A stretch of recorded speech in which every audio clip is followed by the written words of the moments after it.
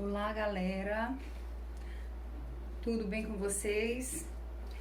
Hoje a nossa aula vai ser sobre água, a substância inorgânica mais abundante no corpo dos seres vivos. E além disso, o surgimento e a manutenção da vida no planeta estão associadas a ela, né? A água, essa substância tão importante. Então hoje a gente vai falar sobre ela. Então, aqui nesse gráfico, vocês estão percebendo que 75 a 85% do nosso corpo é formado por água, né? E lembra que a gente falou nas aulas passadas que nosso corpo, as nossas células são formadas por duas substâncias. As substâncias inorgânicas e as substâncias orgânicas. As substâncias inorgânicas nós temos a água e sais minerais. Os sais minerais a gente já falou nas outras aulas. E hoje a gente vai falar só sobre água, né? E as substâncias orgânicas são quem? As proteínas, os lipídios, carboidratos, ou chamado de glicídios, os ácidos nucleicos, que é o DNA e o RNA, e outras substâncias, né? Como as vitaminas também, que nós vamos falar.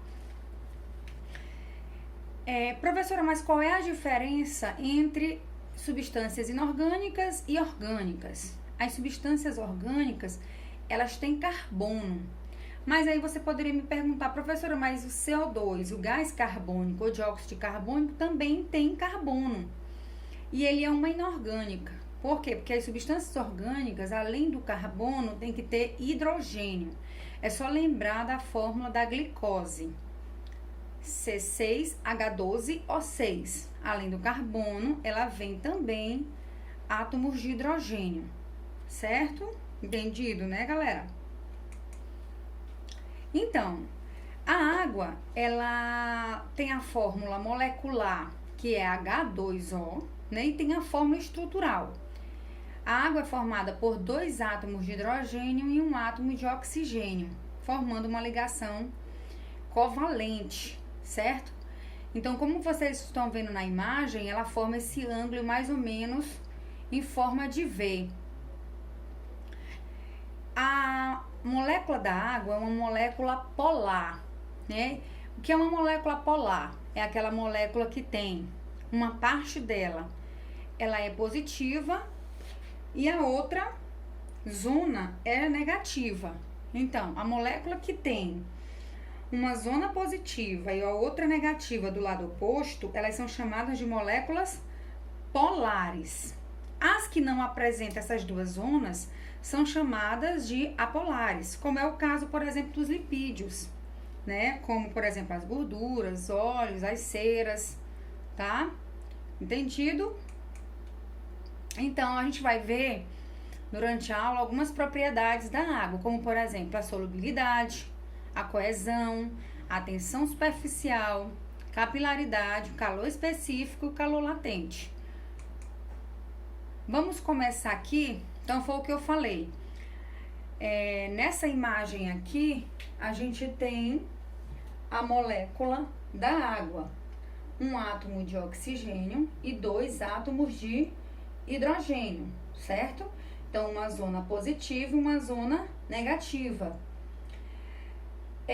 E por ela ser nessa forma, ela vai fazer o que? Ela vai se ligar a 4 novas moléculas de água, certo? Lembrando que o átomo carga negativa se liga com o positivo. Então, o oxigênio vai se ligar com o hidrogênio, certo? E o hidrogênio com o oxigênio. Então, positivo com negativo. Negativo com positivo. Certo? Então, como é que essas moléculas de água se ligam? Através de ligações de hidrogênio. Isso quando a água está na forma líquida, tá? Então, a água, ela tem um alto poder de dissolução. Então, essa união entre moléculas de água através de ligações de hidrogênio é chamado coesão, né? Coesão é a forte união entre moléculas de água, certo? É isso que faz com que a água tenha uma outra característica, uma outra propriedade, que é chamada de tensão superficial, tá? Que eu vou já falar. Então, molécula polar vai dissolver molécula polar, como por exemplo, água com açúcar, água e o sal, né? Ela ocorre essa dissolução justamente porque molécula polar dissolve também molécula polar, como no caso da sacarose, né? Do cloreto de sódio, que são também polares. A molécula polar dissolve molécula apolar. Então, a água, se eu misturar água com óleo, que todo mundo acha que já fez essa experiência em casa, elas não vão se misturar, elas vão ficar separadas. Por quê? Porque a água é uma molécula polar, enquanto o lipídio é uma molécula apolar. As moléculas que se dissolvem em água facilmente, ou que têm atração por água, são chamadas de moléculas hidrofílicas. Hidro vem de água, fílica vem de afinidade, ou seja, moléculas que têm afinidade com a água, tá? E também as que não têm afinidade com a água, têm aversão à água, são chamadas de hidrofóbicas. Hidro vem de água, fóbica vem de fobia, aversão, né? Como no caso dos lipídios. Então, aqui foi o que eu falei antes sobre a solubilidade, né? Toda reação química na célula ocorre em soluções aquosas, né? Então, aqui eu tenho uma experiência, né? Uma imagem que ele está colocando cloreto de sódio, sal, né? E as moléculas de água. Então, as moléculas de água, elas circulam o sódio e o cloro, fazendo com que elas se separem, né? Ocorrendo a solubilidade. Então, todo mundo acho que já viu, né, um inseto pousando na água ou até andando, né? Uma aranha, por exemplo, um mosquito. Por que que isso acontece? Por que que eles não afundam? Por quê? Por causa da alta tensão superficial. O que é essa tensão superficial? Lembra que eu falei que as moléculas de água, elas estão ligadas através de ligação de hidrogênio, tá? E é como se a água em cima tivesse uma película, né? Uma experiência que às vezes, acho que algumas pessoas já ocorreram, que é até dolorosa, é quando você salta, né? Na água, no açude, numa piscina, e você cai de barriga na água, né? Então, você fica com o abdômen, o tórax todo vermelho, dolorido. Por quê? Porque você não quebrou essa tensão superficial. Para você quebrar, o que você tem que fazer, né? É pular, né? E ficar em pé, pular em pé na água para você quebrar essa tensão superficial da água. Então, essas moléculas de água, elas estão se desligando, essas ligações de hidrogênio, e outras estão se ligando o tempo todo, tá? Quem também já viu a torneira formando aquelas gotinhas, ou as gotinhas de orvalho, aquelas gotas só se formam devido a essa tensão superficial da água, que é devido à coesão, né? A união forte entre moléculas de água. Aqui do lado, né? Então, essa adesão, essa coesão e a adesão, que é outra propriedade da água, o que é a adesão? É o poder também que a água tem de se ligar a outras moléculas, que são essas moléculas, como eu falei, as moléculas polares, né? Por exemplo, a água não se adere a moléculas apolares, como eu falei, como no caso da gordura. É por isso que a água, quando você vê a água, ela forma gotinhas em superfícies que tem óleo ou enceradas, tá? Isso acontece, por exemplo, nas folhas. Quando você olha, as folhas, elas são impermeáveis. Por quê? Porque ela tem uma camada de cera. Então, não ocorre essa adesão. Então, mas essa coesão e adesão, elas são responsáveis por outra propriedade da água, que é a capilaridade, certo? O que é a capilaridade? É o poder que a água tem de subir em vasos finos, tá? Então, uma molécula de água, ela vai se aderindo à superfície do tubo, e uma molécula que está em cima, ela vai puxando as demais, certo? Lembra que uma molécula se liga a outras 4 moléculazinhas. Então, quando a gente fala dessa propriedade, a gente tem que lembrar o seguinte: como é que a água sobe em plantas com alturas, né, de 40, 30 metros, tá? Por quê? Por causa da capilaridade. As plantas, elas têm vasos chamados de vasos condutores, tá?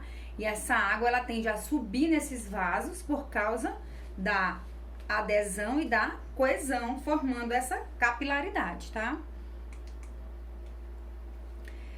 A água no nosso corpo, ela tem várias outras funções, como a termorregulação, o transporte de substâncias, a participação em reações químicas, como a gente falou, todas as reações químicas do nosso corpo ocorrem na presença de água. Ela serve também de proteção e ela serve de meio para reações químicas.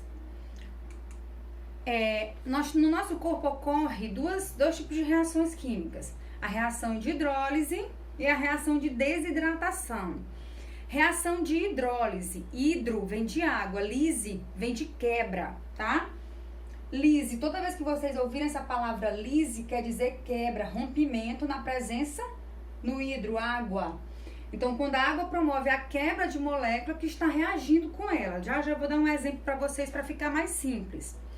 E a outra reação é a reação de desidratação, quando a água participa de uma reação com um produto, né? Então, desidratar, saída de água. A hidrólise, ela precisa da água, de uma molécula de água para acontecer a reação, tá? A água, ela vai promover a quebra de uma molécula. A reação de desidratação é quando duas moléculas vão se unir e liberam uma nova molécula de água, tá? Então, aqui eu tenho a reação de desidratação, tá? Então, aqui eu tenho moléculas se unindo. Para essas duas moléculas se unirem, é liberado uma molécula de água, tá? Então, eu tenho aqui, elas se uniram, liberando água. Então, nesse caso, eu tenho uma reação de desidratação. Nesse exemplo aqui, eu tenho uma quebra por hidrólise. Então, eu tenho a molécula unida, essa molécula vai se quebrar. Para ela quebrar, se romper, se separar, eu vou precisar de uma molécula de água. Então, ocorre a separação. Aqui eu coloquei a fórmula estrutural. Por exemplo, a glicose, que é um carboidrato, a molécula mais importante, é a frutose, tá? Que também é outro carboidrato. Então, são 2 carboidratos com 6 carbonos, tá? Então, eu tenho uma reação de desidratação. Para unir a glicose e a frutose, vocês estão vendo aqui, ó, oxigênio e hidrogênio e o hidrogênio da glicose. Elas vão sair e formar água. Então, ela está saindo. Então, eu tenho uma desidratação, tá? E o que vai ser formado? Uma molécula de sacarose, tá? Então, na união de duas moléculas, uma de glicose com uma de frutose, eu vou ter a união da sacarose. E isso acontece porque ocorre a saída de uma molécula de água. A água, ela varia, pessoal, de acordo com 3 fatores. A espécie, a idade e o metabolismo. Por exemplo, quem é que tem mais quantidade de água no corpo? É um bebê ou um idoso? O que vocês acham? Isso é até fácil você fazer em casa. Se você pegar um bebê e colocar o pezinho dele na boca, ele vai rir, dar gargalhada, achar graça. Por quê? Porque ele é mais flexível, ele tem mais água, ele tem mais cartilagens. Enquanto se você fizer isso com o idoso, ele vai dizer um ai, né? Socorro, me solta, tá doendo. Por quê? Porque ele tem muito menos água do que um bebê. Isso de acordo com a idade. Aí, de acordo com a espécie, quem é que tem mais água? É uma água viva, uma medusa, né? Ou uma semente, por exemplo. Lógico, a medusa. Então, a água vai variar de espécie para espécie. E também de acordo com o metabolismo. Quanto maior no nosso corpo o metabolismo de um órgão, maior a quantidade de água que ele vai precisar. Então, no nosso corpo, vamos dar um exemplo. O cérebro. O cérebro está em constante atividade, em constante metabolismo. Então, ele requer mais água. Os músculos também da mesma forma. Então, quanto maior o metabolismo, maior a atividade, maior a quantidade de água. E aqui eu até coloquei aqui uma imagem para a gente ver a quantidade de água em nosso corpo a cada fase da nossa vida. Então, um feto, 100% de água. Um bebê, 80%. Um adulto, 70%. Um idoso, 50%. Então, por quê? Principalmente porque os bebês, eles já têm mais água nas células, enquanto já o idoso não. E o idoso, ele tende a tomar menos água, ele sente menos sede, né? Então, se você tiver um idoso em casa, sempre ofereça água. Mesmo que você não tô com sede, não, vovó, mamãe, papai, tome aqui um copinho de água, né? A gente precisa de mais ou menos de 2 a 3 litros de água por dia, tá? Pessoal, essa foi a nossa aula de hoje, né? Espero que vocês tenham gostado, tá? Do nosso conteúdo de hoje. E nas próximas aulas a gente vai começar a falar sobre substâncias orgânicas.